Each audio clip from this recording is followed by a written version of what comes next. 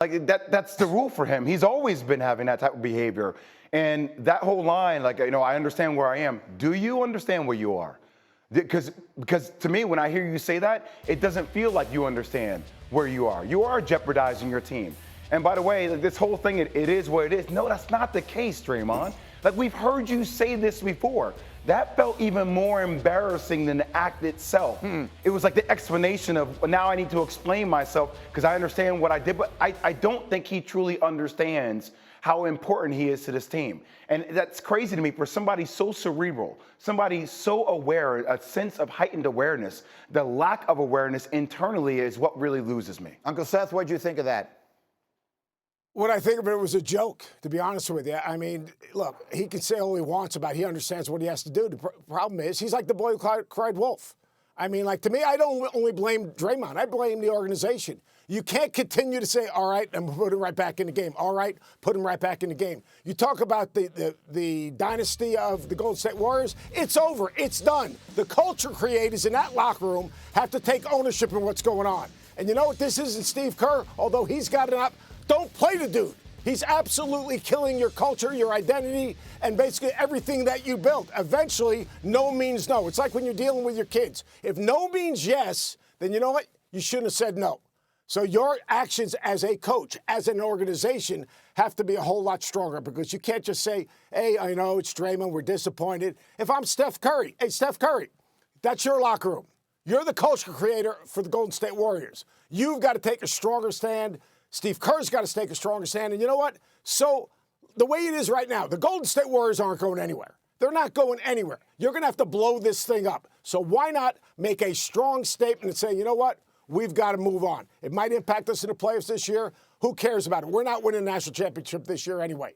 So make a strong statement about the culture of your organization. They're not even assured of making the playoffs. There was so much conversation about who else may be culpable for this. Jay, you were right in the middle of that, I know, on First Take yesterday. Steve Kerr did address all of this yesterday, to Seth's point and yours. Here's a little of what the coach said. It was really unforgivable, you know, and I think Steph may have even been a little upset with himself for not pulling Draymond out of there, but I think mostly it was just, come on, man, you know, we need this. Draymond knows. I mean, he's a grown man. He's got to handle his own business. Any mention of Steph being culpable is just ridiculous. The way Steph has carried our franchise, represented our franchise for 15 years, it's absolutely ridiculous. So Greeny, I wanted to address this because I think it was very important. Well, and for those who don't know, a lot of that conversation stemmed from some of the things that you had been hearing and you mentioned on First Take yesterday. Yeah, so yesterday on First Take, I made mention that I have been getting texts from people that I value their opinions, and these people were questioning the leadership of Steph Curry. I do not question the leadership of Steph Curry. I have heard countless things about the interventions that have occurred inside that locker room. So once again, these were people and their texts around that. Now, there is culpability from the franchise, right, for enabling this type of behavior. But to me, when I saw Steph yesterday, that was somebody who was tapped out. So for anybody that says, you know what, Steph, get in there, grab him away from that situation, get Draymond Green out of his own way. At some point, people, Steph Curry is tired as hell of saving Draymond Green from Draymond Green. He just wants to play basketball. He just wants to make the playoffs. He just wants to hoop. And if you can't get yourself out of your own way, if you can't be mentally mature enough, right, to not be the victim, to actually be the proactive person that says, you know what, I'm not going to engage in this.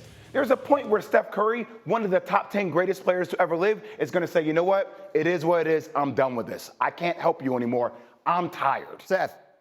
Jay, well, I agree with you. Look, it's the organization right now. If the organization continues to allow him to act the way he's acting, continue to play him, continue to try to hold on to that last playoff spot, you're condoning the behavior.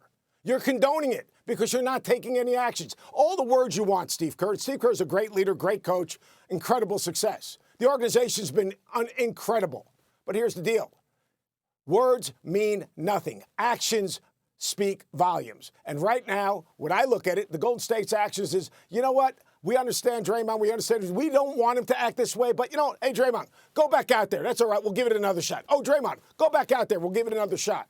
blow the thing up. You know, you're going to play in a play-on game. That's great. Too many instances, too many things have happened. You got to be careful about blowing it up because you got to make sure that everything is set for Steph to finish his career with the Golden State Warriors. But I will say this. If you've ever met Bob Myers, if you ever have spoken to Bob Myers, he's one of the smartest people that you met. Think about when he left this organization. Think about that. When he left this organization, handed the keys to Mike Dunleavy, former teammate of mine, that is a really big part of this whole thing here. There's something I want to get into as the hour continues. And you know what? I'm just making a decision. We're going to come back to this a little bit later in the hour because I think we have to address it. Listen, for both of you guys, I hear what you're saying. I'm not in disagreement, particularly with you, Seth. But, I mean, sports history is filled with people who have been given special treatment because they are special players, because they are necessary, because taking them off the court would be cutting off your nose to spite your face. And there is some degree of that is going on here, right? I mean, there will come a point where you just can't do it anymore. Is he better than his problems, Go ahead, Seth. Yeah. Is he better than his problems? Now, the Draymond Green today, big picture, is he better than his problems? Is he better than the embarrassment he's bringing to the organization? Is he better than the situation where you take one of the greatest guard in maybe the history of the game and he's shaking his head?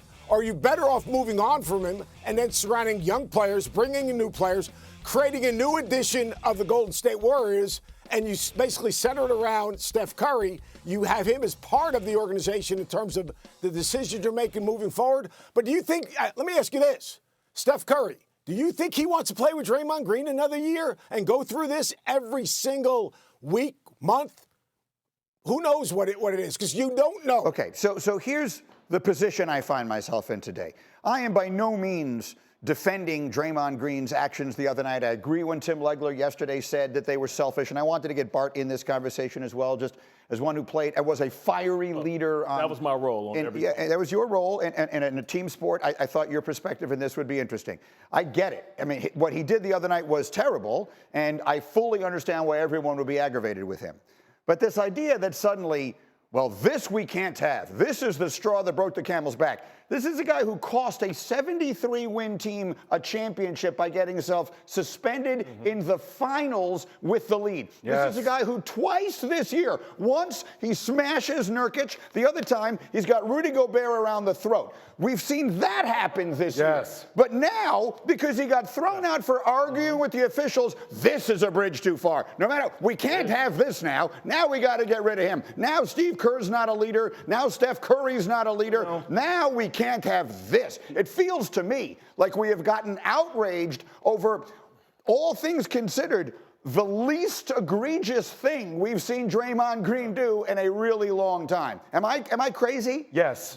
Because we've been saying all those things about him throughout all those times, Greeny. We've been saying those things. By the way, to your first point, they were in a championship game. They're in a 10th spot right now. Right. Okay, they're in a 10th spot. A completely different scenario. And also, when's the last time you've ever heard the NBA suspend somebody indefinitely? Have you ever heard it? You've been doing this for a long time. Very seldom, yes. Very seldom. These are two extreme things. Right. He got suspended for 16 games earlier this year. So the point is, those two things combined with, you still haven't learned your lesson? That's what it is. You still haven't learned anything? You can't walk away from it? But have we not just figured out at some point that this is who Draymond Green is going to be? And we are either going to put up with it or we're not. Now, at some point, maybe they will decide we're not putting up with it anymore. But the fact that they haven't done it till this point does not suggest to me that this is the moment, with 15 games left in the season, clinging to playoff hopes, that now we just can't have this anymore. I've been there, right? As a guy who threw a flag in the stands and tried to fight the referee, I've been to the point where emotion.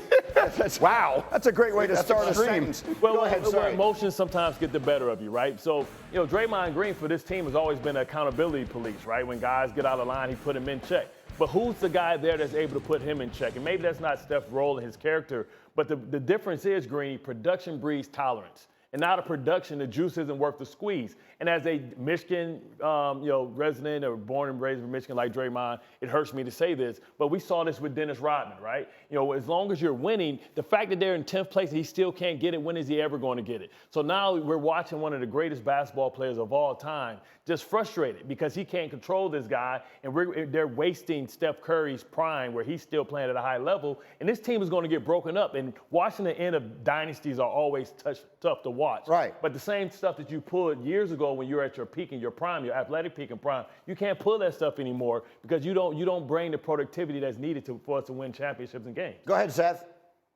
You got to be better than your problems. He's not better than his problems. And you say, if not now, then when?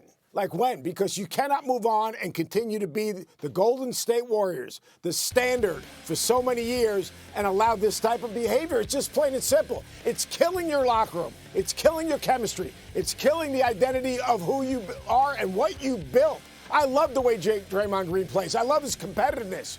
But, Greeny, you just said the league suspended him. What did the Golden State Warriors do? All right, they didn't take the action. It was the league. In the end, you've got to look yourself in the mirror and say, you know what, we're trying to get into the play-in. The play-in game, is that the standard for the Golden State Warriors? If you're trying to get into the play-in game, this is the perfect time to send a message. Send a message of what this organization stands for. Because once you lose your culture, it is really, really hard to regain. I get it. But I'm also old enough to remember when a team came from the play-in to the conference final last year in the Lakers. How was that team? When a team came from the play-in to the NBA finals last year in the Heat. Getting into the play-in is not nothing. So I understand that their goal is to win championships. But getting into the play-in is a goal. And then you get into the field, and then you see what happens. They're still trying to have a season. And if you take Draymond out of it now to try and make a point, then you are cutting off your nose to spite your face. You want to say at the end of the year, you know what? We can't deal with this anymore. That's what we're all saying. That's what we're all saying. We're all saying at the end of the year. And by the way, how were the Lakers constructed? The Lakers are constructed and they're built differently with their front line, the physicality they play with to compete with a Denver in the Western Conference Finals. Look at the way this team is constructed. When we saw them last year in the playoffs, they were small. Like, they were extremely small. That's not the way you win in today's game. Well, but we're having two different conversations. No. The biggest person they have in that conversation is Draymond. You're actually adding to this. You take Draymond off the court, now you're even smaller, right? I mean, I'm not talking about. I'm not going to take him off the court this year. You can't. You have 15 games left. You're going to play out the rest of this year. Right. The real question you have to start asking yourself, if you are the Golden State Warriors, if you can't move pieces to keep them as a contender, if it's in your best interest to inevitably rebuild and go young, do you send Steph Curry somewhere else if you have his collaboration? If you're saying at the end of the day, hey, look. You send Steph Curry somewhere else? Well, if he can't compete, if you can't compete for a championship, you got to talk to your star player and say, hey, look, we're going to try to rebuild. If we can't get the right pieces around you right now, do you want to be part of a rebuild? Do you want to be around players who are 21, 22, 23? You know what? Or can we do the best thing for you and send you? You're having that conversation at least, Greeny. Well, at least you are. I don't know. The last couple of years of Kobe Bryant's career, the Lakers didn't really compete for anything, and he wanted to be there. He wanted to be there. That's why you have to ask him if he wants to be there. Steph Curry wants to finish his career in that uniform? I don't know what Steph Curry wants. I'm not Steph Curry. I'm saying that's a conversation you have to have. I mean, look, if they can try and find a way to make him competitive for a championship, that's one thing. But we keep is LeBron going to leave LA to go to Philadelphia at the age of 39 because his team can't compete for a championship? Well, he's left other teams. No, I understand that. He's not a person who has played all his career in one place. But there also comes a point where at this Tom Brady do it. Yeah, I know. And maybe he'll want to. But I got this. I think that was at least sort of a mutual parting of the way. Yes. I think what we're saying is the dynasty's over and they have to reset. And you can't start getting a bad culture when you have a young locker room. And Draymond Green is part of building a bad culture